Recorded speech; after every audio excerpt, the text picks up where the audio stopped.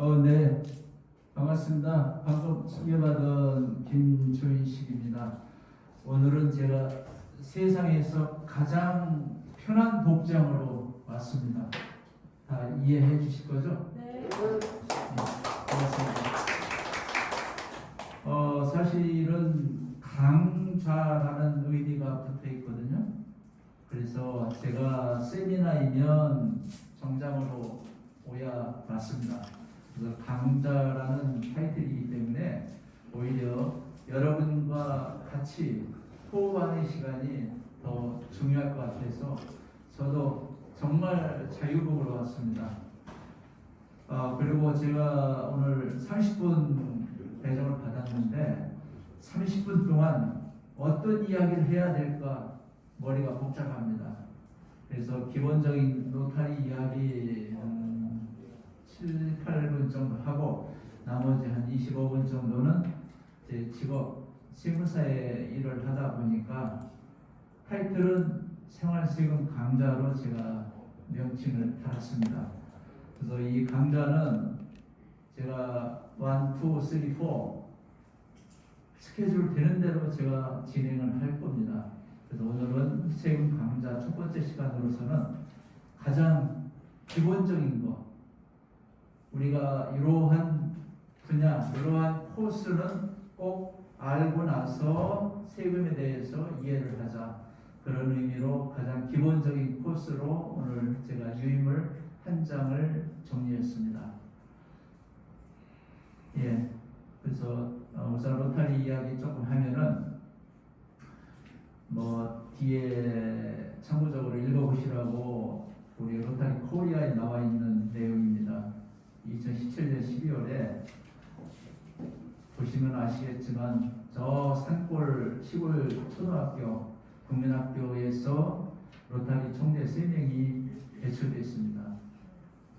그래서 로타리 코리아에서 특집호로 만들어지고 또 저희가 또 간담회도 갖고 좀 했습니다. 그래서 그 내용은 그냥 읽어보시고요. 안타깝게도 우리 3620 지구 홍제 박홍선 총재님 선배님이 지금 투병 중이세요. 저하고 매일매일 아침 편지로 인사를 합니다. 카톡으로. 그래서 어제구나 월요일 날 병원에 다녀오셨다는 내용도 또 기재를 해서 제가 또 받았고, 저는 또 정말 서로 좋은 이미지에서 봉사를 하신 결과가 선배님의 건강을 기원한다는 의미로 제가 매일매일 카톡 현재는 하고 있습니다. 아마 곧 좀 자연 치유를 좀 희망하면서 저도 기도를 많이 하고 있습니다. 우리 로타리안 여러분께서도 좀 많이 기도 좀 해주시고 소원 좀 건강을 회복할 수 있도록 좀 부탁드리겠습니다. 이 정도 로타리 이야기 끝내고 제가 왜 학교 이야기를 꺼냈느냐면 정말 로타리라는 테두리 내에서 우리가 동문으로서 만났어요. 그것도 총재라는 이름으로 만났습니다. 그러다 보니까 나름대로의 여러 가지 역할이 오히려 더 많아졌어요. 그래서 로타리 정말 우리가 봉사라는 의미도 중요하지만 봉사보다는 학교의 선후배 인연이라는 부분도 있고 지역을 위해서 우리가 무엇을 할 건가 같이 연결을 시켜서 봉사 로타리 생활을 했으면 좋겠습니다. 저는 올해 로타리 생활 32년 차입니다. 올해 나이는 57년생이니까 계산 빨리 해주시고, 그만큼 저도 인생을 살다 보니까 세금에 대해서 직업봉사잖아요. 제가 세무사로서 36년 차인데 직업봉사로서 우리가 어떻게 사회생활하고 인생 요람에서 무덤까지의 의무가 있는 부분이 세금이잖아요. 그래서 학교 강의하면서 청소년들한테 학생들한테 이런저런 이야기를 제가 많이 해주고 저도 때가 되면 내려오야 되겠다 해가지고 금년 1학기까지만 지금 학교 강의를 하고 2학기부터는 제가 학교를 떠났습니다. 그래서 가끔 뭐 특강 요청이 들어오면 그건 제가 수용을 하겠다라는 의미로 이제 학교 강의는 종을 쳤습니다. 그래서 봉사 쪽에 같이 여러분들과 같이 힘을 합해서 좋은 이미지를 가지고 같이 일을 하고 함께 나아갔으면 좋겠습니다. 이 정도로 하겠습니다. 그러면 우리가 이제 세금 이야기는 유인물 한 장에 정리가 되어 있듯이 유인물 보시면 국민의 4대 의무 중에 한 가지 나처 의무가 있어요. 우리나라는 헌법에 규정이 되어 있고 두 번째는 39조와 58조에 의해서 조세 법률주의라는 규정이 또 있어요. 이 조세 법률주의에 따라서 조세법, 행정법 중에 일부가 조세법입니다. 그러면 조세법이 어떻게 분류가 되느냐, 구성이 되느냐, 그 유임을 보시면은 크게 네 가지로 나눈다겠죠. 기본법, 징수법, 처벌법, 실체법. 그래서 우리가 세금이다 하면은 대부분 실체법을 가지고 이야기합니다. 실체법이 뭐냐? 실질적으로 내 호주머니에서 세금을 내는 세입니다. 부가가치세냐, 소득세냐, 법인세냐 그런 부분에서 그냥 크게 실체법으로서 과세 표준과 세율을 정하고 있는 법률, 그것을 우리가 실체법이라고 합니다. 혹시 자제분이라든가 누구 아는 분이 세무사 라이센스를 얻고 싶다, 공부하고 싶다, 도전하고 싶다 하면 정말로 세법은 체계를 알고 시작해야 돼요. 무턱대고 세법책 놓고 공부하면 정말 시간이 1년, 2년, 3년 흘러가요. 그러니까 결국은 나무를보다는 숲을 먼저 보자 라는 의미입니다. 특히 세법은 숲을 먼저 보셔야 돼요. 위에서부터 세세하게 나무 잔디까지 차지해야 돼요. 그래서 숲을 찾는 때 세법은 크게 기본법, 징수법, 처벌절차법, 실체법 이렇게 구분 우선 해 주시고, 그러면 우리가 세금을 낼 때 어떠한 절차에 의해서 내느냐, 그 부분이 세금 흐름이라고 명시가 되어 있죠. 거기 보시면 첫 번째 납세 의무의 성립 의무 확정이라는 부분이, 예를 들어서 양도세 1,000만 원 내십시오 라고 할 때, 아니 부가가치세 500만 원 내십시오 라고 할 때, 그 500만 원이 언제부터 성립이 되고 확정이 돼서 내야 되느냐, 그게 사실은 굉장히 중요합니다. 시점이, 성립 시기, 확정 시기가. 그리고 우리가 일상생활에서 채권 채무 문제는 어느 때 성립이 되죠? 뭔가 빌려줘야 된다는 행위가 있어야죠. 대여, 차입. 근데 세금은 대여, 차입이 아니잖아요. 그렇지만 일정한 행위, 시간 지남으로써 납세 의무가 성립이 되고 확정이 됩니다. 그러니까 우리가 기본적으로 이야기 드리면, 소득세 같은 경우는 12월 말, 법인세 같은 경우는 사업연도 종료일, 그리고 부가세 같은 경우는 과세 기간 종료일, 어느 피리어드, 마침점, 그게 꼭 필요합니다. 양도세는 양도라는 시점, 양도 시기, 그런 포인트가 필요한 것이 성립이에요. 그러니까 과세기간 종료일이란 말로 묶을 수도 있어요. 12월 말 부가세는 1년에 2번 신고, 확정 신고합니다. 1월부터 6월은 7월 25일, 7월부터 12월분은 다음 연도 1월 25일 날 하죠. 그래서 성립은 12월 말, 6월 말 부가세는, 그리고 법인세는 사업연도 종료일, 그리고 확정은 뭐냐? 내가 자진해서 신고하도록 되어 있는 신고 기한이 있죠. 부가세는 7월 25일, 다음 연도 1월 25일, 그 25일이 되는 날이 확정되는 거예요. 소득세는 5월달에 하죠. 다음 연도 5월 1일부터 5월 말일까지. 그래서 5월 말일 날 확정이 되는 거예요. 법인세는 3개월 이내 3월 말. 상속은 상속 개시일로부터 6개월 이내 하도록 되어 있죠. 그러면 6개월이 되는 날이 확정되는 날이에요. 상속 개시일이 성립이고, 예. 그렇게 이렇게 논리적으로 풀어가면 됩니다. 그러면 확정이라는 것은 채권 채무가 정해졌다는 뜻이에요. 얼마? 세금 500만 원, 1000만 원 내도록 정해진 것이 확정이에요. 그거에 대해서 납부가 있으면 소멸되죠. 적게 냈으면 추가로 더 내도록 하는 절차를 또 밟아야 되고, 아예 못 냈다 하면은 또 이야기가 나오겠죠. 근데 신고하라고 각 실체법에서 정해졌어요.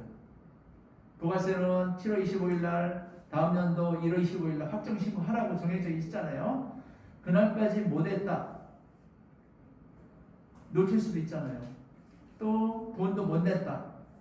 두 가지, 신고, 무신고, 무납부 관계는 약간 별개입니다.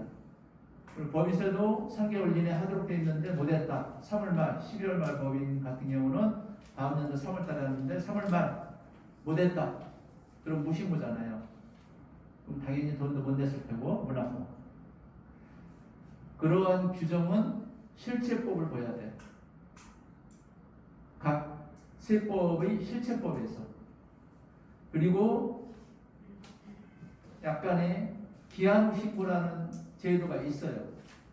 또 당초 신고를 했는데 신고 내용에 어떤 오류가 있는 경우 있죠. 그거를 내가 스스로 고친다. 스스로 고친다는 거예요. 그게 수정신고 또는 경정청구라는 용어를 씁니다. 수정신고는 추가로 더 내는 세금 관계고, 경정청구는 당초 신고한 것이 너무 과다하게 신고됐다. 그래서 일부 환급해달라는 의미로 경정청구라는 용어를 씁니다. 그래서 약간 용어 차이가 있어요. 자, 그런 의미로 경정청구 신고기한 이야기가 나오고, 자, 그 다음 단계, 아까 무신고, 무납부 이야기 했죠? 무신고 했으면 어떻게? 관청에서 조사를 해야 되죠. 조사하는 것이 세무조사예요. 그게 정부조사 결정이라고 하는데, 조사 결정하다 보면은 두 가지 방법이 있어요. 실질조사가 원칙이고, 실질조사와 추계조사 결정이 있는데, 실질조사는 기업에서 가지고 있는 장부에 의해서 실질적으로 내용을 파악하고 그거에 의해서 정리를 하라. 추계조사는 장부도 없어. 그럼 어떻게? 객관적인 자료에 의해서 뭔가를 정해야 될 거 아니야. 그 객관적인 자료가 굉장히 많아요. 생산 수율이라든가, 심지어 음식점 가면은 잡스틱 있죠? 젓가락 소비량 가지고도 역산합니다. 심지어 그리고 입회조사하는 경우도 있잖아요. 그거는 객관적인 자료를 찾기 위해서 입회조사하는 겁니다. 자, 그런 결정을 해 감으로써 정부에서, 즉 관할관청, 세무서에서 뭔가를 정해야 되죠. 세금 얼마입니다 라고 정해놓은 거, 그게 조사 결정이에요. 그러고 나서 얼마 내십시오 라고 하겠지. 그러면 얼마 내십시오 라는 절차를 하기 이전에 조사 내용에 대해서 이거 이렇게 했는데 어떻게 생각하십니까? 라는 납세자한테 과세 적부 전 결정 통지를 해요.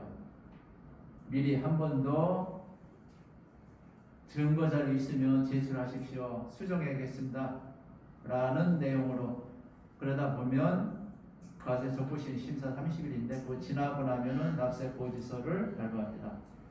납세 고지서 발부부터는 징수법이 적용이 돼요. 국세 징수의 예에 의한다 해가지고. 그래서 아까 크게 네 가지로 나눴잖아요. 세법을. 기본법, 징수법, 처벌절차법, 실체법.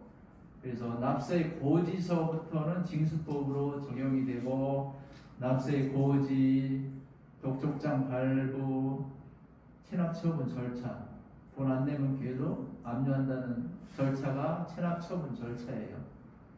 그때부터 압류 들어오고, 참가압류 들어오고, 또 경매 들어가고, 청산 절차, 그런 과정이 바로 징수법 규정입니다. 자, 여기에서 탈루 문제가 과다하다. 사회적으로 좀 처벌을 좀 해야 되겠다. 라는 부분이 있죠. 조세범 처벌법 이야기 나옵니다. 너무 탈세가 많다. 의도적이다. 세금계산서 발행을 너무 많이 했다.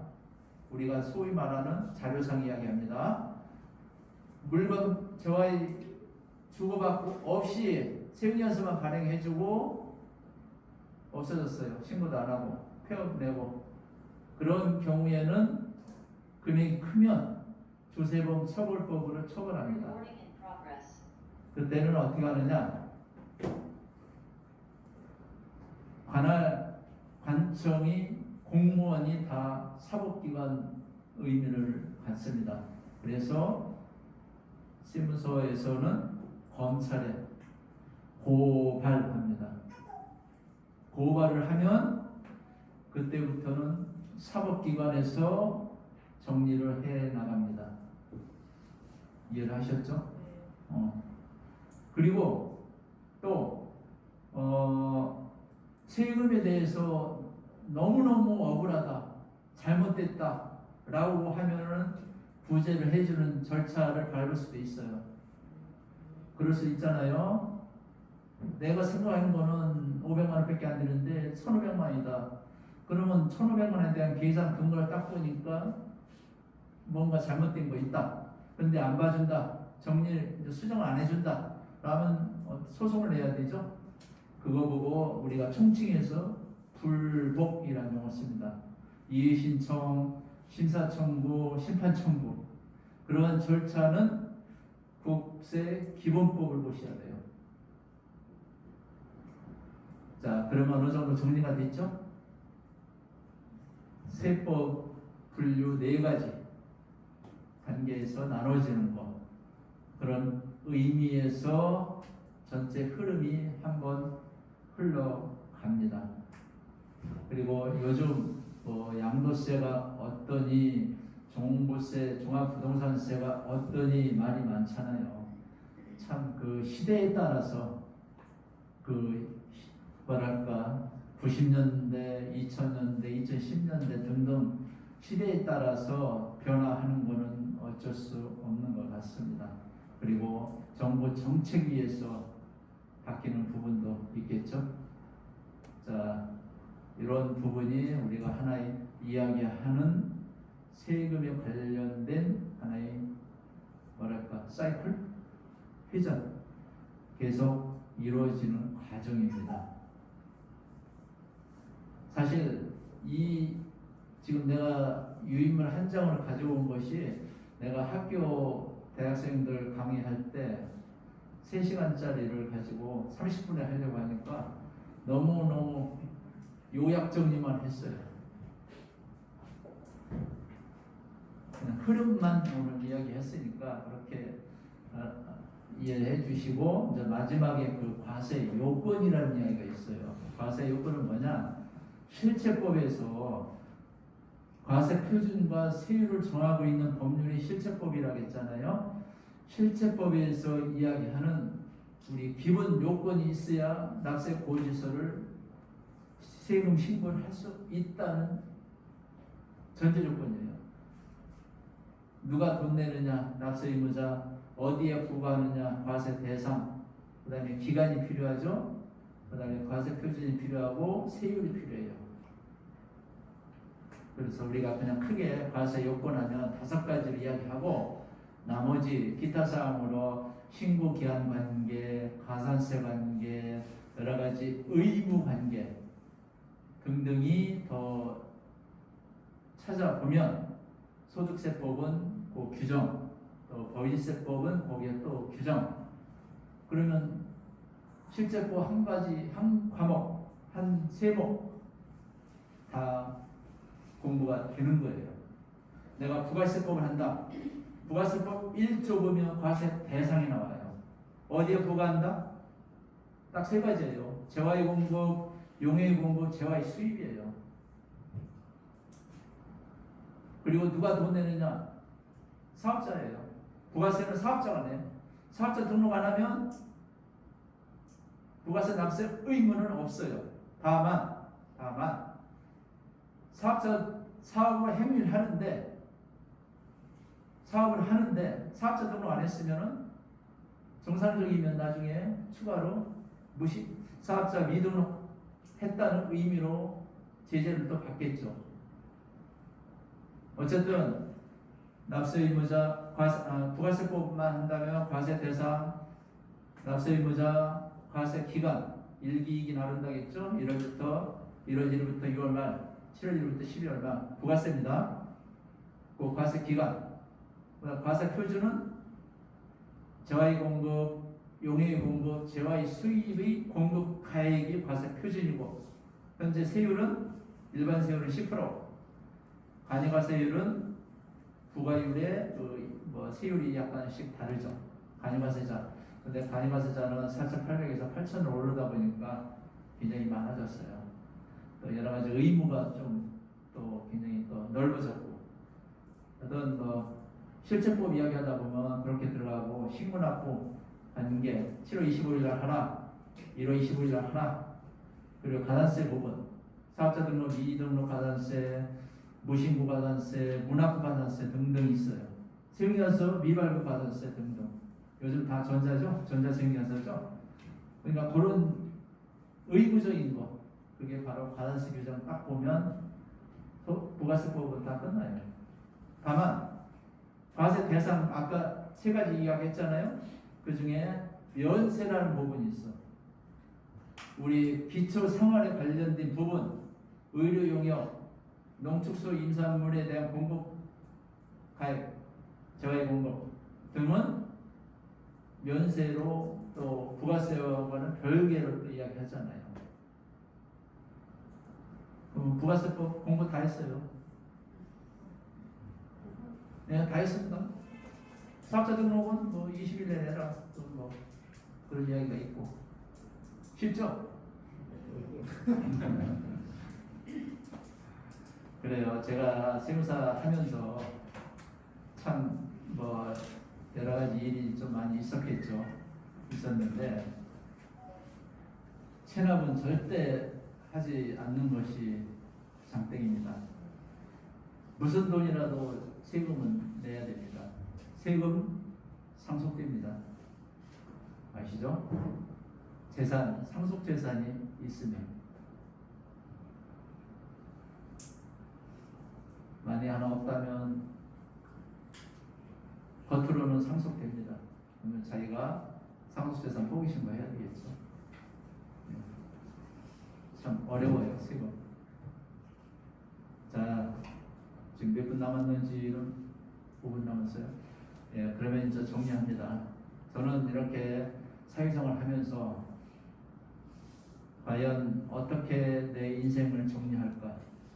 아직은 나도 이르지만 지금까지 35년 동안 사회생활 하면서 어디에 중점적으로 일을 했는가, 또 어느 부분 가지고 내가 보람을 찾았는가, 다른 거 없는 거 없습니다. 저는 많이 돌아다녔어요. 그리고 많은 분과 만났어요. 또 인연이 되고 서로의 어떤 윈윈 전략도 있었어요. 그 부분이 업무적인 것도 있겠지만 봉사를 하다 보면 봉사 부분에서 정말 많이 찾았어요. 그리고 리더, 즉 총재라는 직함을 얻다 보니까 시야가 굉장히 넓어졌어요. 정말 넓어졌어요. 그렇다고 뭐 인생 사는데 얼마나 도움이 되느냐 그거는 아닙니다. 그렇지만 내 판단이 넓어진 거고 또 내가 생각한 부분을 저는 아들 둘이 있어요. 아들 둘이 있는데 아들들한테 아버지 생각은 이렇다. 인생 내가 어려서 우리 이제 로타리를 내가 가장 중요시한다는 생각을 가지게 된 것은 입회 동기도 됩니다만은 우리 폴리플러스 있죠. 내가 그 당사자잖아요. 그런 의미에서 로타리에 대한 이야기를 많이 해주고 또 어떻게 너희들이 직업을 가지고 좀 더 나은 인류를 위해서 어떤 일을 할 건가 그거를 찾으라고 합니다. 아직은 애송입니다. 조금 더 한 5년 정도 지나야 우리 애들이 뭔가 좀 일을 더 할 것 같아요. 인류를 위해서 봉사할 수 있는 일이 뭔가 저는 그거를 큰 애는 34살, 작은 애는 21살입니다. 그래서 조금 더 시간이 필요한 것 같습니다. 그리고 생각은 항상 1%의 마인드를 가지고 긍정적인 이야기를 많이 고민하고 있습니다. 1%가 우리 인생을 많이 변화시키는 것 같아요. 제가 총재할 때 RI 테마가 뭔지 아시죠? 로타리 변화를 만들자 합니다.